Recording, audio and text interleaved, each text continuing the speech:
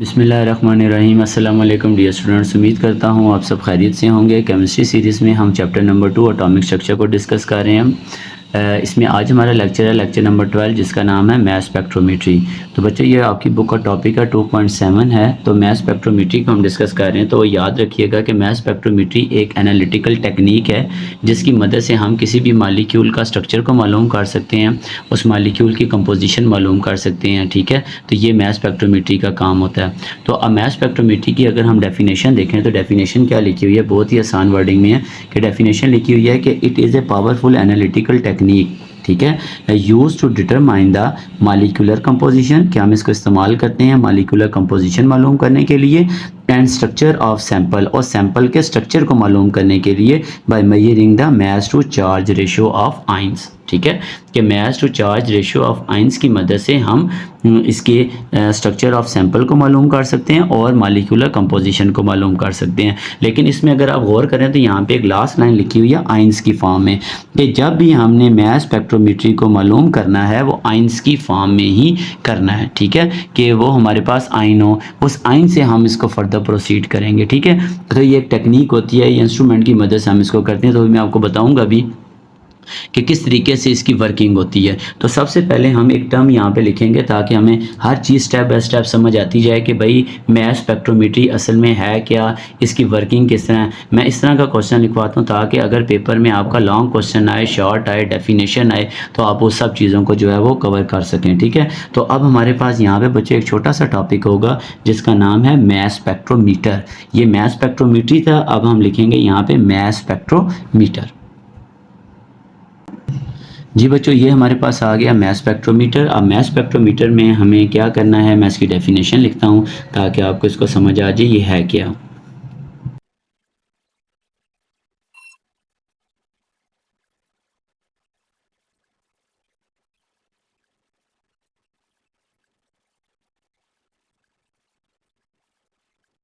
ये हमारे पास डेफिनेशन है कि मैस स्पेक्ट्रोमीटर क्या है। मैस स्पेक्ट्रोमीटर एक इंस्ट्रूमेंट होता है जो इस्तेमाल किया जाता है to measure the exact mass of isotope and their relative abundance is called a spectrometer. अब बच्चों आपने ना एक चीज़ ज़रा नोट करना है, यहाँ पे एक लफ्ज़ लिखा हुआ है एग्जैक्ट मैस ऑफ आइसोटोप्स। अब आपने एक चीज़ पढ़ी थी कि आइसोटोप्स क्या होते हैं, जिनका एटॉमिक नंबर सेम होता है और मैस नंबर क्या होते हैं, मुख्तलिफ। अब हाइड्रोजन और हाइड्रोजन के 3 आइसोटोप हैं, हाइड्रोजन 1 1, हाइड्रोजन 1 2, हाइड्रोजन 1 3।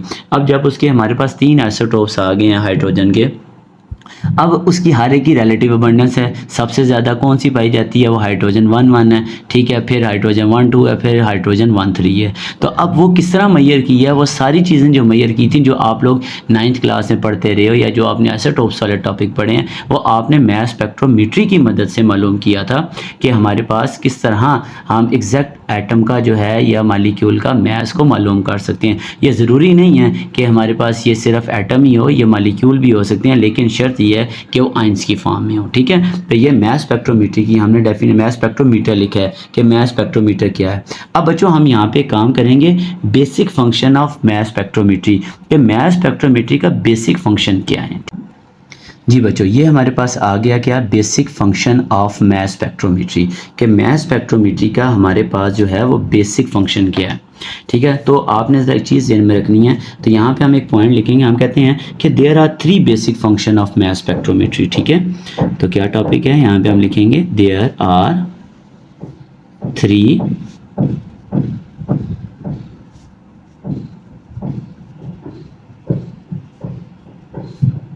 अच्छा, यहाँ पे ना मैं जो मैस स्पेक्ट्रोमीट्री है ना उसको मैं एक शॉर्ट फॉर्म में लिखूंगा MS। ठीक है, ये याद रखिएगा, MS का मतलब मैस स्पेक्ट्रोमीट्री है। तो 3 बेसिक फंक्शन है मैस स्पेक्ट्रोमीट्री के। ठीक है, अब उसमें पहला वाला कौन सा वाला है,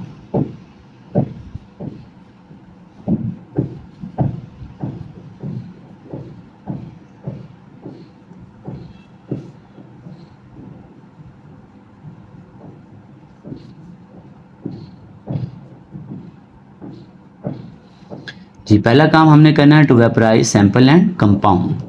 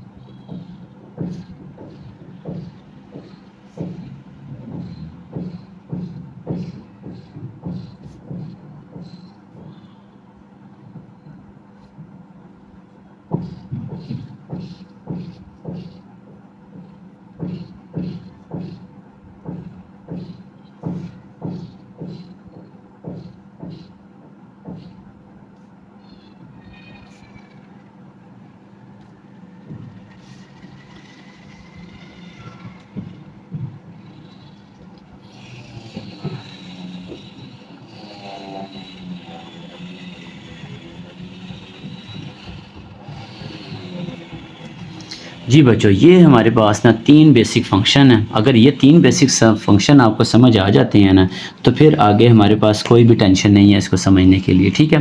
तो देखो 3 बेसिक फ़ंक्शन हैं। अब सबसे पहला क्या काम करना है आपने कि जो भी आपको सैंपल दिया जाएगा उसको आपने वेपराइज़ करना है, ठीक है, वेपर की फॉर्म में तब्दील कर देना, कर दिया। अब उसके बाद अगला काम क्या होगा कि जो आपके पास वेपर्स आएंगे ना उसको हम भेजेंगे अगले वाले चैम्बर में, जिसका काम क्या होगा कि वो इन वेपर्स को या जो भी वेपर्स हैं उसको वो तब्दील करेगा। लफ्ज़ लिखा हुआ है टू प्रोड्यूस आइंस, कि उसको आइंस में तब्दील कर देगा, ठीक है, from the neutral species in the vapour phase, ठीक। अब आइंस में तब्दील कर दिया हमने। तीसरे नंबर पे क्या होगा कि हमने क्या करना है, to separate ions according to their m/z charge to mass ratio की मदद से हमने उन आइंस को क्या कर देना है, सेपरेट कर देना है with the help of electric and magnetic field, ठीक है बच्चों। अच्छा, अब हमारे पास जब ये चीज़ आ गई है ना, अब मैं आपके सामने ना ये इंस्ट्रूमेंट रखता हूँ पूरा, ताकि हमें समझ आए कि भाई इसकी फंक्शन किस तरह है, वर्किंग किस तरह करते हैं। फिर हम इसकी थ्योरी को ऐसा ऐसा लिख लेंगे ताकि हमारा ये टॉपिक क्लियर हो जाए। जी बच्चों, ये मेरे आपके सामने जो है ना ये एक इंस्ट्रूमेंट बनाया हुआ है ताकि आपको समझ आए कि वर्किंग किस तरह करता है। ये मास स्पेक्ट्रोमेट्री का पूरा एक इंस्ट्रूमेंट है, ठीक है। अच्छा बच्चों, इसमें काम क्या होगा, सबसे पहले देखें, ये इंस्ट्रूमेंट होता है जहाँ पे आप सैंपल रखते हो। आपका सैंपल सॉलिड, लिक्विड, गैस कोई भी हो सकता है, उसको आप यहाँ पे रख सकते हैं, ठीक है। जब आप यहाँ पे रखेंगे, यहाँ पे रखने के बाद हमारे पास जो सबसे पहला काम क्या था, वेपराइजिंग चैम्बर। तो ए में हमारे पास आता है वेपराइजिंग चैम्बर। अब वेपराइजिंग चैम्बर क्या काम करता है कि जो भी सैंपल यहाँ पे आएगा ना उसको ये दो लगी हुई है हीटिंग कॉइल, इस हीटिंग कॉइल की मदद से उस सैंपल को हमने क्या करना है, वेपराइज कर देना। यानी कि वेपर्स की फॉर्म में इतनी हीट मिलेगी कि वो सॉलिड है, लिक्विड है या गैस है, वो वेपर्स की फॉर्म में तब्दील हो जाएगा, ठीक होगी बात। तो ये हो गया वेपराइजिंग चैम्बर। अब सेकंड हमारे पास आता है बच्चों जिसको हम कहते हैं आयोनाइजेशन चैम्बर। क्या टॉपिक है, आयोनाइजेशन चैम्बर। अब आयोनाइजेशन चैम्बर का मतलब क्या है, जिसमें हम आयंस में तब्दील करते हैं। अच्छा बच्चों, अब आयंस में कैसे तब्दील करते हैं, यहाँ पे हमारे पास ये जो नीचे लगा हुआ है ना, इसको कहते हैं आयन कलेक्टर, ठीक है। अब ऊपर जो हमारे पास लगा है ना, ये है टंगस्टन फिलामेंट लगी है जो हमारे पास मौजूद है 70 इलेक्ट्रॉन वोल्ट, ठीक है। अब क्या करता है, जो भी वेपर्स आपके पास यहाँ पे आए हैं उन वेपर्स, अच्छा क्यों किया जाता है वो भी मैं बताता हूँ आपको कि हम सैंपल को वेपर्स में ही तब्दील क्यों करते हैं। वो बच्चों इस वजह से किया जाता है ताकि जब हम इसमें से ना इलेक्ट्रॉन निकालना आसान होता है। लेकिन जब यहाँ से इनके टंगस्टन फिलामेंट की रेज एटम के ऊपर पड़ती हैं ना, इलेक्ट्रॉन ही होते हैं, जैसे बम्बार्डमेंट ऑफ इलेक्ट्रॉन होते हैं, इसके डिफरेंट तरीके होते हैं जिसकी मदद से हमें ESI होता है, मॉडली होता है। तो अब क्या करता है कि यहाँ से इलेक्ट्रॉन्स आते हैं, वो एटम के ऊपर बम्बार्ड होते हैं। जब एटम के ऊपर बम्बार्ड किया जाता है तो एटम के वैलेंस शेल में से इलेक्ट्रॉन निकल जाता है। इलेक्ट्रॉन निकल गए तो यहाँ पे इसको किस में तब्दील कर दिया, पॉजिटिव आयन में। अब ये जो पॉजिटिव आयन है इसको कहते हैं आयंस में तब्दील हो जाना, इसीलिए इसका नाम है आयोनाइजेशन चैम्बर। अच्छा, अब बच्चों जो इलेक्ट्रॉन निकलते हैं ना, वो आयन कलेक्टर है, वो आयन उन इलेक्ट्रॉन को वहाँ से क्या कर लेता है, कलेक्ट कर लेता है। चलें, उसके बाद तीसरे नंबर पे हमारे पास जो स्टेप आता है वो स्टेप क्या है, उसको कहते हैं आयन एक्सेलरेटर चैम्बर। अब आयन एक्सेलरेटर चैम्बर क्या होता है कि यहाँ पे जो आपके पास आयंस बने थे ना, पॉजिटिव आयन बने थे, उसके आगे ना ये डिफरेंट इलेक्ट्रोड लगे हुए हैं, ठीक है। ये इलेक्ट्रोड है नेगेटिव है, नीचे वाले इलेक्ट्रोड जो है पॉजिटिव है। आयन एक्सेलरेटर का मतलब क्या होता है कि जो आयन आपके पास आए हैं ना उनको एक्सेलरेट करना। एक्सेलरेट करने का मतलब उनकी स्पीड को बढ़ाना, ठीक है बच्चों। तो यहाँ पे आयन एक्सेलरेटर है, आयन यहाँ पे आए तो उनको आयन को एक्सेलरेट किया, स्पीड की उनकी, ठीक है, यहाँ से स्पीड से वो आगे की तरफ मूव किए। अच्छा, ये वाला जो फील्ड है ना, ये वाली, इसको बच्चों हम कहते हैं इलेक्ट्रिक फील्ड। मैंने भी आपको बताया ना कि वहाँ पे हम आयंस को क्या करते हैं, सेपरेट करते हैं मास टू चार्ज रेशो। इसको कौन कर रहा होता है, इसको इलेक्ट्रिक फील्ड कर रही होती है, और ये जो दो लगे हुए हैं ये मैग्नेटिक फील्ड लगी हुई है, ठीक है। यहाँ से m/z E वैल्यू जो है वो मालूम करते हैं। चलें, पहला काम हमारे पास क्या था, हमारे पास बच्चों हमने सैंपल को वेपराइज किया, वेपर्स के बाद उसको हमने भेजा आयोनाइजेशन चैम्बर में, आयोनाइजेशन चैम्बर में वो आइंस में तब्दील हुए, उसमें जो पॉजिटिव वाले आइंस थे उसको हमने भेजा आइन एसेलेटर में, और आइन एसेलेटर ने क्या किया, अब देखें ये जो मैंने लिखा है एक कैपिटल एम स्मॉल, यानी कि इसको कहते हैं फ्रेगमेंटेशन, कि जो आपके सैंपल के आइंस हैं ना वो फ्रेगमेंट हो गए, टूट चुके हैं, ठीक है। अब उसमें ना क्या किया जाता है, इलेक्ट्रिक फील्ड अप्लाई करके ना इनकी स्पीड को बढ़ाते हैं। अब ये क्या करते हैं, ये स्पीड बढ़ाने से ना ये आगे की तरफ मूव करते हैं। अब आगे इनका लगा हुआ है क्या, मैग्नेटिक फील्ड। अब जो मैग्नेटिक फील्ड में इन सिल्ट में से क्रॉस किया जाता है। अब देखिए होता क्या है कि कुछ एटम है ना उनका साइज़ बड़ा होगा, कुछ का साइज़ छोटा होगा। आपको पता है कि जिसका साइज़ बड़ा होगा उसकी जो स्पीड होती है वो भी स्लो होती है, कुछ का साइज़ छोटा कम होता है, मैस कम होता है तो उसकी स्पीड क्या होती है, फास्ट होती है। अब स्मॉल साइज़ वाले जो होंगे ना जिनकी स्पीड कम होगी वो क्या करेंगे, उनकी जो स्मॉल साइज़ होगा उनकी स्पीड ज़्यादा होगी, तो वो क्या करेंगे, उनको मैग्नेटिक फील्ड से पास करवा के ना ये गिरेंगे जाके डिटेक्टर के ऊपर, ठीक है। अब डिटेक्टर के ऊपर जब गिरेंगे तो वहाँ पर ये जो मैग्नेटिक फील्ड है ना ये असल में मैस एनालाइजर होता है, ये मैस मालूम कर रहा होता है। जाहिर है कि मैस कैसे मालूम करेगा कि जिसका मैस बड़ा होगा ना वो थोड़ा स्लो उसकी स्पीड होगी, जिसका मैस कम होगा उसकी स्पीड ज़्यादा होगी। तो यहाँ पे मैस एनालाइजर किया जाता है जो मैग्नेटिक फील्ड के पोर्शन पे हो रहा होता है, ठीक है। उसके बाद ये जाके ना स्ट्राइक करते हैं डिटेक्टर के ऊपर। अब जिस स्पीड के साथ डिटेक्टर के ऊपर स्ट्राइक कर रहे हैं तो एम्पलीफायर उनको क्या कर रहा है, चेक कर रहा है, और रिकॉर्डर में जाके इनका क्या बन रहा है, ग्राफ बन रहा है, डिफरेंट पीक्स आएंगी। अभी मैं आपको बताऊंगा अभी कि ये मैस स्पेक्ट्रम क्या होता है, ये ग्राफ कैसे बनता है, क्या चीज़ है, ठीक है। ये बेसिक चीज़ आपको समझ आ गई है। देखिए 3 स्टेप्स है बेसिक, कि आपने पहला क्या करना है, जो आपके पास सैंपल होगा उसको वेपराइज करना है, वेपराइज के बाद आयोनाइज करना है, मैग्नेटिक इलेक्ट्रिक फील्ड में डालना है जहाँ पे वो एसेलेट किए जाएंगे, उसके बाद मैग्नेटिक फील्ड जहाँ पे उनका मैस मालूम किया जाएगा, उसके बाद वो जाके हिट करेंगे डिटेक्टर के ऊपर, डिटेक्टर के ऊपर जिस स्पीड में हिट करते जा रहे हैं वहाँ पे उसके मैस और साइज़ को जो है ना वो मैयर कर ली, चार्ज को मैयर कर लिया जाएगा, ठीक है। तो आखिर में हमारे पास रिकॉर्डर आएगा, रिकॉर्डर में ग्राफ सा बना हुआ आएगा और उस ग्राफ की मदद से हम क्या कर लेंगे, डिटेक्ट कर लेंगे कि इसके कितने आइसोटॉप्स बने हैं और हर आइसोटॉप्स की अबंडेंस कितनी है। तो उम्मीद करता हूँ बच्चों यहाँ तक आपको सारी की सारी कहानी समझ आ गई होगी कि मैस स्पेक्ट्रोमेट्री की वर्किंग किस तरह है। तो अब हम इसका प्रिंसिपल पढ़ेंगे, प्रिंसिपल के बाद हर इसकी वर्किंग को डिस्कस किया जाएगा, ठीक है जी बच्चों। अब हम यहाँ पे डिस्कस करेंगे basic principle of mass spectrometry. तो बाज़ का शॉर्ट क्वेश्चन भी आ जाता है कि right the basic principle of mass spectrometry. तो यहाँ पे बच्चों मैं इसकी स्टेटमेंट लिखूँगा तो आपको उम्मीद है कि समझ आ जाएगा, ठीक है।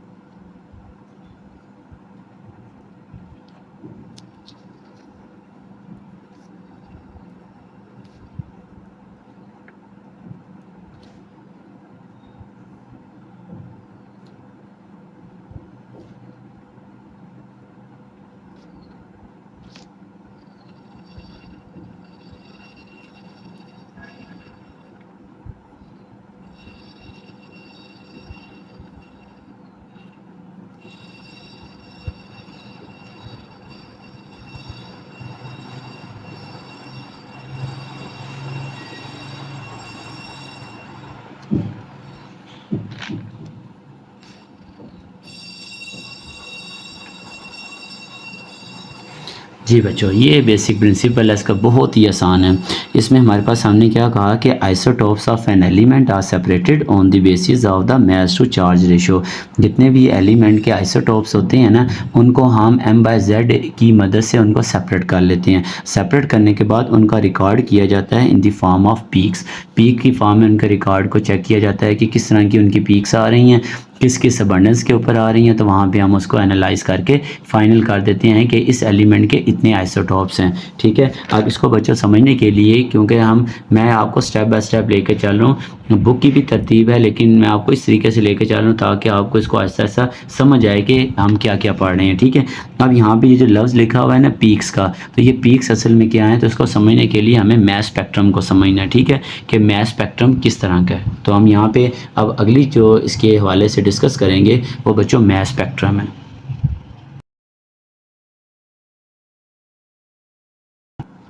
जी बच्चों, ये हमारे पास मैस स्पेक्ट्रम आ गया। अब मैस स्पेक्ट्रम क्या चीज़ होती है? स्पेक्ट्रम असल में ना वो विजुअल डिस्प्ले होता है जिसको हम देख के मैस को या एलिमेंट के आइसोटोप्स को एनालाइज कर सकते हैं। ठीक है, ये होता क्या है, मैं यहाँ पे लिखता हूँ कि ये हमारे पास होता है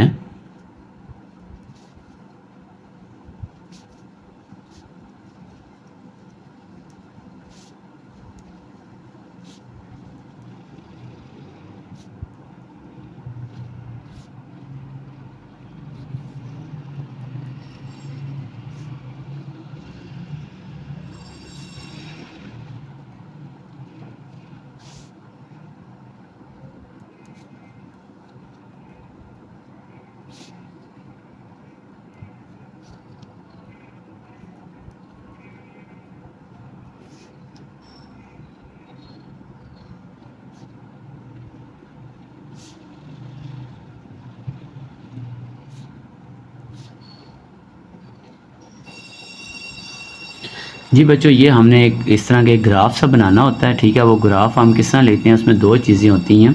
ये ग्राफ असल में ना दो चीज़ों के दरमियान होता है। एक होता है मैस नंबर के मान और हमारे पास m/z रेशो होती है। अब हमारे पास क्या होता है कि जो हमारे पास m/z रेशो होती है ना, उसको x एक्सिस पर लेते हैं, और जो हमारे पास रिलेटिव अबंडेंस होती है उसको हम y एक्सिस के ऊपर लेते हैं। ठीक है, तो बच्चों यहाँ पे आपके सामने ना मैं यहाँ पे एक मैस स्पेक्ट्रम ऑफ क्लोरीन को बनाता हूँ ताकि आपको समझ आए कि ये असल में जो डिटेक्टर है वो किस तरह एनालाइज करता है, किस तरह हमें बताता है। तो यहाँ पे ये इस तरह का एक ग्राफ आएगा, ये आपकी बुक में भी बने हुए हैं। तो यहाँ पे ये आ गया 35। ठीक है, ये हमारे पास क्या आ गया 37। ठीक है, अभी हमने कहा कि एक्स एक्सिस के ऊपर हमने क्या लेना होता है, m/z रेशो लेनी होती है। ठीक है, तो ये आ गया m/z किसके ऊपर, एक्स एक्सिस के ऊपर। ये हमारे पास है y एक्सिस, और y एक्सिस में हमारे पास क्या होती है बच्चों, ये होती है रिलेटिव एबंडेंस। ठीक है, एबंडेंस कि ये कितना पाया जाता है। ठीक, अब हमने क्या करना होता है, जो मैं आपके सामने बना रहा हूँ ना, ये याद रखिएगा, मैं आपको बता रहा हूँ कि mass spectrum of chlorine Cl का मैस स्पेक्ट्रम आपके सामने ड्रा किया, यानी कि क्लोरीन मालिक्यूल को हमने क्या किया, क्लोरीन मालिक्यूल को हमने लिखा, उसके अंदर मैस स्पेक्ट्रम में रखा। इसने पहले इसको क्या किया, वेपर्स किया, वेपर्स में फिर आयोनाइजेशन चैम्बर में डाला, आयोनाइजेशन चैम्बर के बाद इनको एसोलेट किया, एसोलेट करने के बाद इनको मैग्नेटिक फील्ड में से गुजारा, मैग्नेटिक फील्ड के बाद आगे डिटेक्टर को हिट किया। अब जब ये डिटेक्टर को हिट किया तो हमारे पास दो तरह की इसकी पीक्स आई थी। ठीक है, तो एक पीक हमारे पास 35 पे आई थी और एक पीक आई थी 37 पे। अब पीक की हाइट हमें क्या बता रही है बच्चों, ये बताती है कि ये हमारे पास इसके जो रिलेटिव अबंडेंस बनती है वो 75% बनती है, और इसकी जो रिलेटिव अबंडेंस है वो 25% बनती है। ठीक है, अब देखें क्या चीज़ है, क्लोरीन के कितने आइसोटोप्स होते हैं, दो आइसोटोप्स होते हैं। एक हमारे पास देखो दो पीक्स आई हैं, नंबर ऑफ पीक्स जो होती हैं ये आइसोटोप्स के बारे में बताती हैं। ठीक है, नीचे हमारे पास m/z, अब इसके दो आइसोटोप्स बने, एक बना 35 मैस के ऊपर और एक बना 37 मैस के ऊपर। ठीक है, अब ये क्लोरीन 35 कितने परसेंट पाया जाता है, वो 75% इसकी रिलेटिव अबंडेंस है, और जो क्लोरीन 37 है उसकी 25% रिलेटिव अबंडेंस है। तो इस तरह का जब हमारे पास स्पेक्ट्रम आता है तो उसकी मदद से हम मॉलिक्यूल को बता सकते हैं कि हमारे इस मॉलिक्यूल के इतने आइसोटोप्स हैं, इतने मैस के इतनी रिलेटिव अबंडेंस है। ठीक है बच्चों, तो ये स्पेक्ट्रम होता है मैस स्पेक्ट्रम। अब मैं इसके बारे में लिख भी देता हूँ ताकि आपको याद रहे कि एक्स एक्सिस पे हम किस चीज़ को लेते हैं, वाई पे किसको लेते हैं, नंबर ऑफ पीक्स हमें किस चीज़ के बारे में बता रही होती हैं। तो अब हम वो मैंने बता दी आपको, अब मैं इसको लिखूँगा ताकि आपको लिखने में भी आसानी हो, और इसको अगर कोई क्वेश्चन आ जाए तो उसको भी आप एक्सप्लेन कर सकते हैं। ठीक है, तो नंबर 1 पॉइंट पे हम इसका लिखेंगे,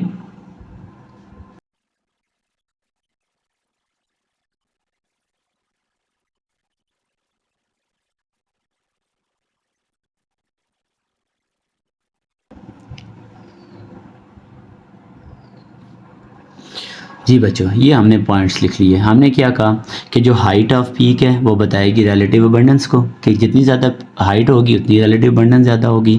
और दूसरी बात बच्चों, नंबर ऑफ पीक्स हमें बताएगी कि इसके कितने आइसोटोप्स हैं। तो इस इंफॉर्मेशन से हमें पता चला कि क्लोरीन के 2 आइसोटोप्स हैं, एक क्लोरीन 35 है और एक क्लोरीन जो है वो 37 है। ठीक है, अब क्लोरीन 35 कितने परसेंट है, ये बच्चों पता चला कि ये 75% है, और क्लोरीन 37 जो है इसके बारे में पता चला कि ये 25% है। ठीक होगी बात। तो ये काम होता है जिसकी मदद से हम मास स्पेक्ट्रोमेट्री का बेसिक फंक्शन। अब हम इसकी बच्चों वर्किंग को डिस्कस करेंगे कि हमारे पास इसके मेन स्टेप्स कौन कौन से हैं जिसको हमने डिस्कस करना है। ठीक है जी बच्चों, ये हमारे पास आ गया जी वर्किंग ऑफ मास स्पेक्ट्रोमेट्री। तो मास स्पेक्ट्रोमेट्री की वर्किंग में हमें क्या चीज़ ध्यान में रखनी है, तो हम कहते हैं कि इसके जो है ना मेन स्टेप्स कौन कौन से हैं जिसको हम लोगों ने डिस्कस करना है। तो यहाँ पे मैं पॉइंट लिखता हूँ।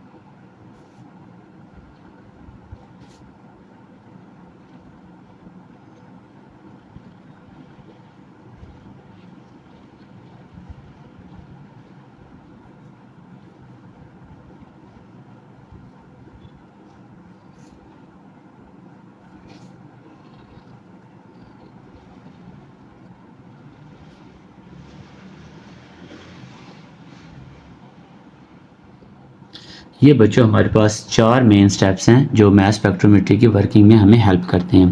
पहला स्टेप आयोनाइजेशन, दूसरा स्टेप आयन सेपरेशन, तीसरा स्टेप डिटेक्शन और चौथा स्टेप क्या होता है, डाटा एनालिसिस। ठीक है, तो इसमें हम सबसे पहले जो डिस्कस करूँगा मैं आपको बताऊँगा। अब मैं वर्किंग में आपको बता चुका हूँ, अब हमने जस्ट लिखना है और हमें ताकि साथ साथ अगर पेपर में क्वेश्चन आ जाए तो हम उसको अपनी आसान वर्डिंग में एक्सप्लेन भी कर सकते हैं। ठीक है, तो यहाँ पे क्योंकि पहला आयोनाइजेशन है तो मैं आयोनाइजेशन से स्टार्ट नहीं करूँगा बच्चों। मैं यहाँ पे जो पहला पॉइंट लिखूँगा वो मैं लिखूँगा किसके हवाले से, वेपराइजेशन चैम्बर। ठीक है, तो वर्किंग ऑफ आइसोटोप्स में नंबर 1 सबसे पहले मेरे पास क्या आ जाता है,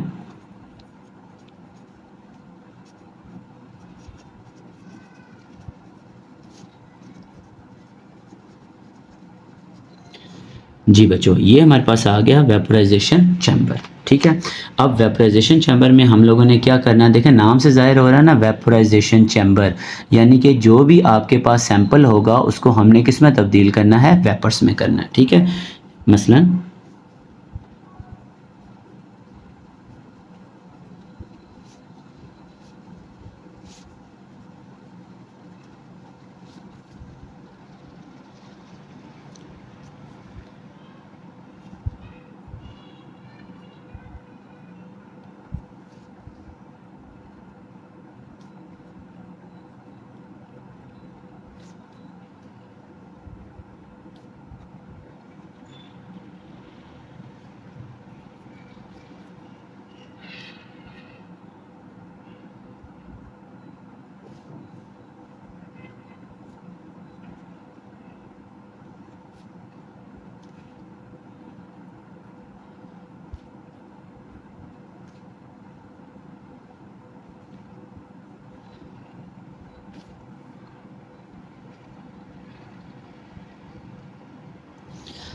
जी सबसे पहला काम क्या है, वेपराइजेशन चैम्बर। इसमें क्या करना होता है, जो भी सब्सटेंस होता है उसको हम जिसको एनालाइज कर रहे हैं आप उसको कन्वर्ट करते हैं वेपर्स के अंदर, और इन वेपर्स को फिर हम भेज देते हैं किसमें, आयोनाइजेशन चैम्बर में। ठीक है, अब आयोनाइजेशन चैम्बर हमारा सेकंड स्टेप हो जाएगा कि आयोनाइजेशन चैम्बर क्या होता है। अच्छा बच्चों, इसका ना थोड़ा सा कॉन्सेप्ट समझना है आपने कि आयोनाइजेशन चैम्बर में होता क्या है। मिसाल के तौर पर आपके पास सैंपल है ना, वो सैंपल किस फॉर्म में आया है, वो आ गया जी आइंस की फॉर्म, वो सॉरी इसकी वेपर्स की फॉर्म में। ठीक, अब वेपर्स की फॉर्म में है तो इसके मतलब वैलेंस शेल में ज़ाहिर इलेक्ट्रॉन्स होंगे।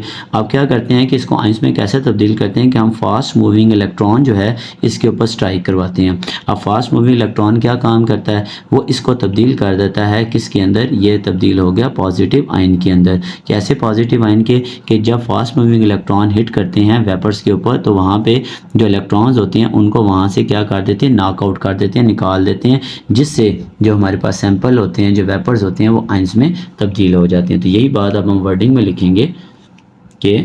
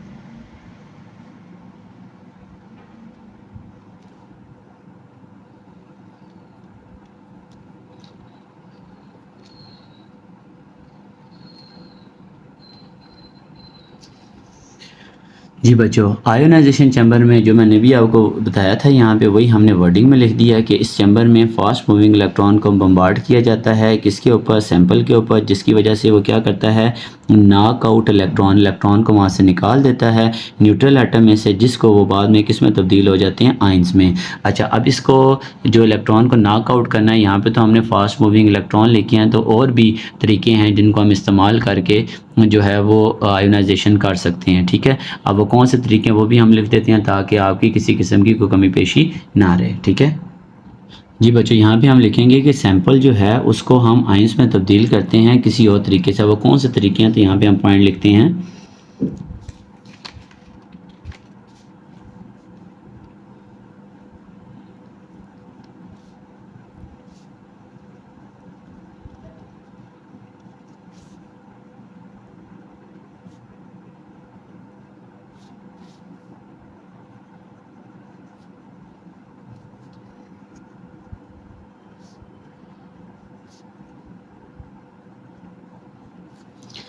जी, सैंपल को हम आइंस में तब्दील कर सकते हैं किस तरीके से। पहला काम हम क्या कर सकते हैं, हाई एनर्जी इलेक्ट्रॉन लेकर, नंबर 1।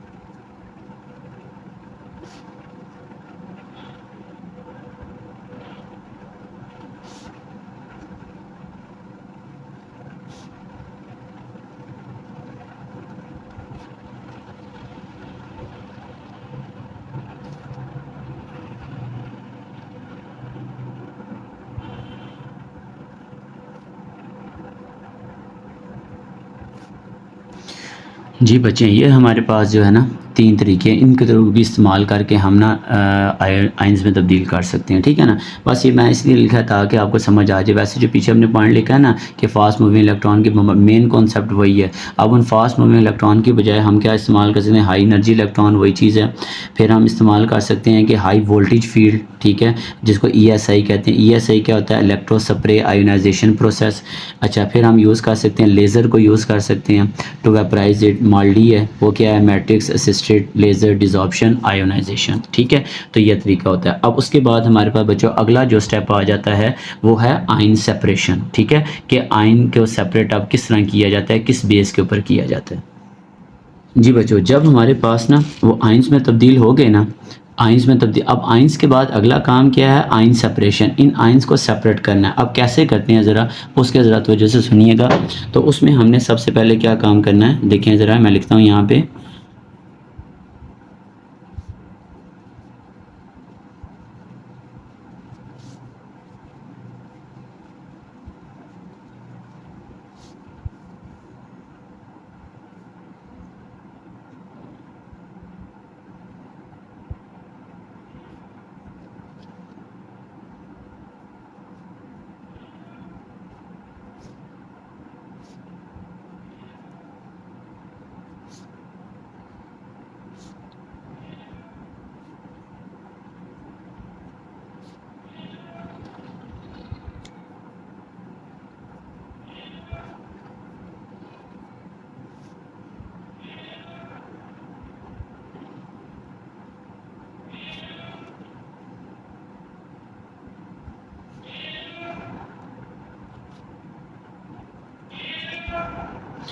जी बच्चों, इसमें ना हमें सबसे पहले एक काम करना है। आयन सेपरेशन में हम क्या करते हैं कि हाई पोटेंशियल डिफरेंस जो है ना इसके ऊपर अप्लाइड किया जाता है आयंस के ऊपर। अब आयंस के ऊपर जब अप्लाइड किया जाता है तो आयंस क्या करते हैं, एसेलरेट करते हैं। और वो जब आयंस एसेलरेट करते हैं, वो कौन सा पॉइंट हमारे पास होता है, वो ये चीज़ है, देखें ये हमारे पास है कि यहाँ पे आयंस में तब्दील हुए थे ना। अब यहाँ पे इलेक्ट्रिक फील्ड की मदद से हमने इसको क्या करना है, इसको मूव करवाएंगे, ठीक है, एसेलरेट करवाएंगे, किसको, पॉजिटिव आयंस को, ठीक है।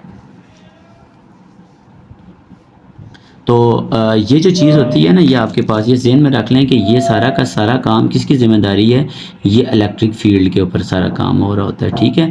ये इलेक्ट्रिक फील्ड है, ये यहाँ पे है। ये भी एक पॉइंट है लेकिन आपकी बुक में नहीं है, बस आपने इसको ज़हन में रखना है, ठीक है। ये इलेक्ट्रिक फील्ड, उसके बाद क्या किया जाता है।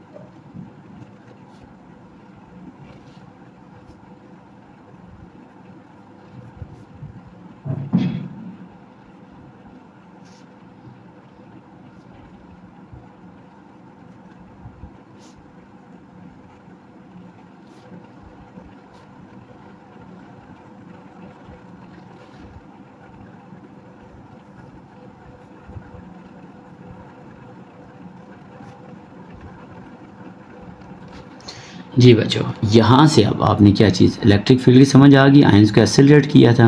अब उस एक्सेलरेट करने के बाद क्या होता है कि इसको हम डायरेक्ट करते हैं किसकी तरफ, मैस एनालाइज़र की तरफ, ठीक है। अब एक्सेलरेट होने के बाद अब मैस एनालाइज़र क्या करेगा बच्चों, इनको सेपरेट करेगा इस आयंस को किसकी बुनियाद पर, m/z रेशो में। अब यहाँ पे मैंने जहाँ पे कलर चेंज किया है ना, तो इसका मतलब क्या है कि m/z रेशो में क्या होगा, it may be noted that कि जो हैवी पॉजिटिव आयंस होंगे ना वो स्लोली ट्रेवल करेंगे सर्कुलर पाथ में एज कंपेयर टू लाइटर आइन। समझ आ रही बात की कि जो हैवी होंगे उनकी जो स्पीड होगी, जो मोशन होगी वो क्या होगी, स्लो होगी, और जो लाइटर आइन होंगे उनकी स्पीड और मोशन क्या होगी, सर्कुलर पाथ में मैग्नेटिक फील्ड के अंदर क्या होगी, ज़्यादा होगी। यहाँ पे इस मैस एनालाइज़र इसको क्या करेगा, डिटेक्ट करेगा, ठीक है। अब उसके बाद जब मैस एनालाइज़र ने इसको बता दिया सारा कुछ, तो सेकंड हमारे पास जो लास्ट टॉपिक चीज़ आती है हमारे पास, वो बच्चों आ जाती है कि डिटेक्टर।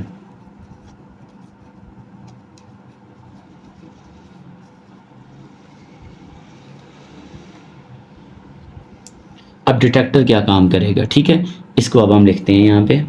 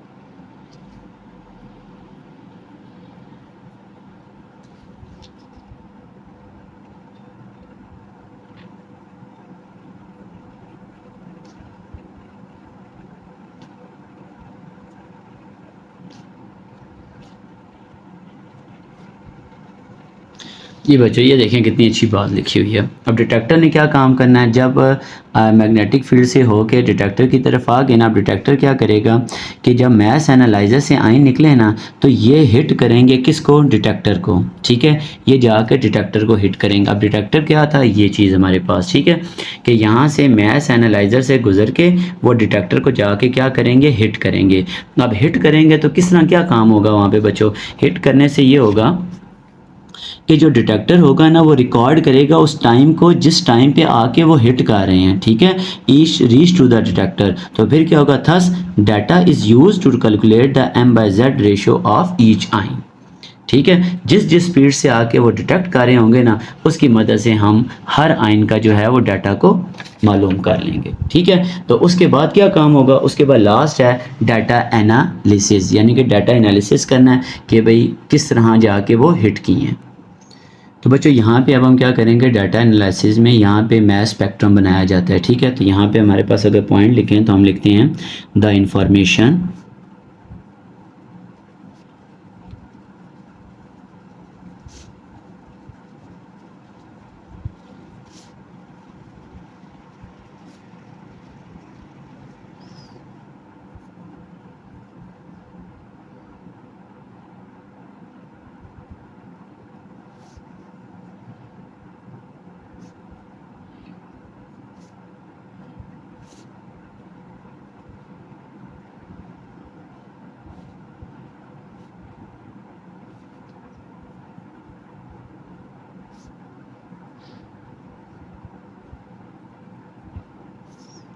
जी बच्चों, यहाँ पे हमारे पास क्या होगा कि जो मैथ एनालिसिस से या डिटेक्टर से हमें जो भी इंफॉर्मेशन आएगी उसकी मदद से हम मैथ स्पेक्ट्रम बनाएंगे।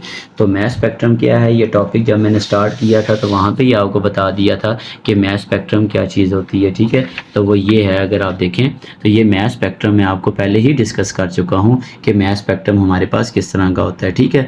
तो बच्चों ये हमारे पास था मैथ स्पेक्ट्रोमीट्री, जिसमें हमने उसकी वर्किंग देखी है। उस वर्किंग के बाद हमने उसके बारे में जो जो पॉइंट्स थे वो सारे लिखे हैं। अब हम एक लास्ट काम इसका ये करेंगे कि एप्लीकेशन ऑफ मैथ स्पेक्ट्रोमीट्री। जी बच्चों, ये आपकी बुक का टॉपिक है 2.7.3, जिसमें लिखा हुआ है एप्लीकेशंस ऑफ मैथ स्पेक्ट्रोमीट्री, यानी कि जो मैथ स्पेक्ट्रोमीट्री है इसकी एप्लीकेशन हम इसको कहाँ कहाँ इस्तेमाल कर सकते हैं, ठीक है। तो बच्चों इसमें हम सबसे पहला पॉइंट लिखते हैं कि it is used to determine, it is used to determine, ठीक है। अब वो कहाँ इस्तेमाल होता है, नंबर 1,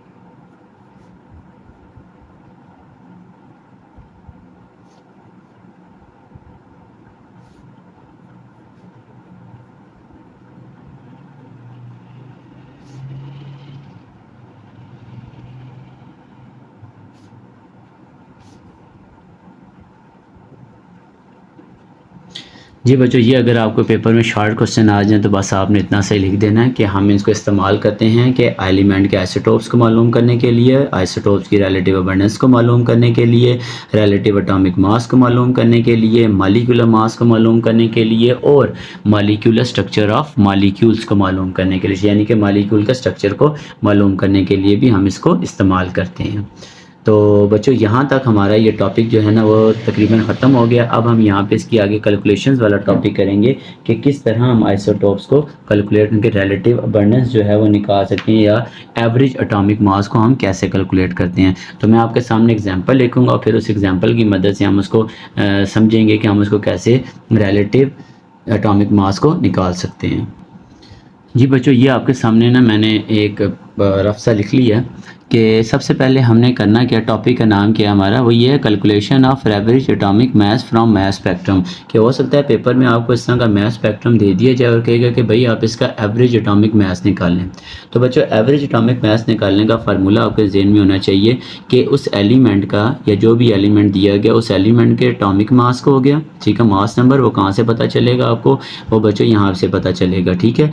और उसकी रिलेटिव अबंडेंस जो यहाँ पे लिखी हुई होगी, ठीक है। आपने क्या करना है कि मैथ नंबर को रिलेटिव अबंडेंस से मल्टीप्लाई करना है, और फिर अगर जितनी नंबर ऑफ पीक्स होंगी उसको प्लस करते जाना है। Math number multiply by relative atomic abundance plus फिर मैथ नंबर रिलेटिव अबंडेंस आ गई, ठीक है।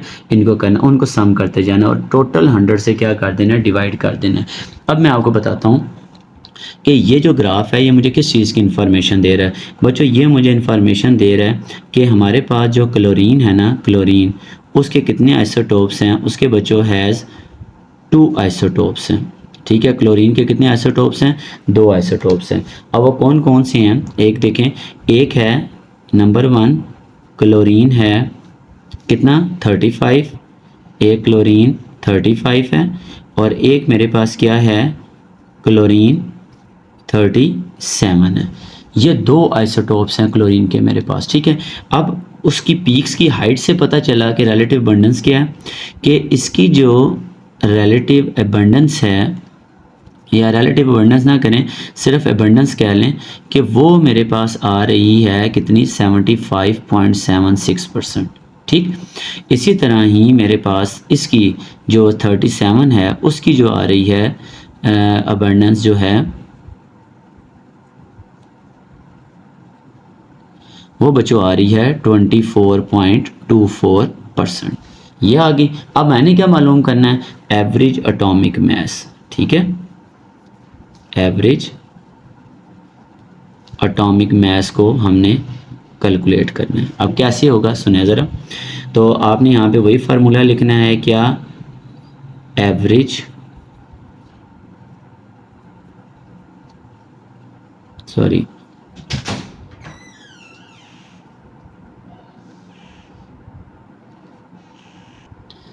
एवरेज एटॉमिक मास लिख लिया। फार्मूला क्या था, मास नंबर, मास नंबर हमारे पास कितना है 35, ठीक है। इसका रिलेटिव अबंडेंस कितना है 75.76, ठीक। इसको ब्रैकेट में कर दिया, ए का कंप्लीट हुआ, अब सेकंड की तरफ चलना है, प्लस करना है। इसी तरह ही हमारे पास इसका क्या आ रहा है 37 मल्टीप्लाई बाय 24.24। अब क्योंकि दो ही पीक्स थी ना, अगर इससे ज़्यादा होती तो आप इसको आगे कंटिन्यू करते, ठीक है। इसको आपने डिवाइड कर देना है किससे, 100 से। अब आपके पास इसका आंसर क्या है, कैलकुलेटर से आप कैलकुलेट करें तो इसका आंसर क्या आ जाता है 37.48 AMU एटॉमिक मास यूनिट। तो बच्चों ये हमारे पास क्या है, तो हम लिखते हैं थस relative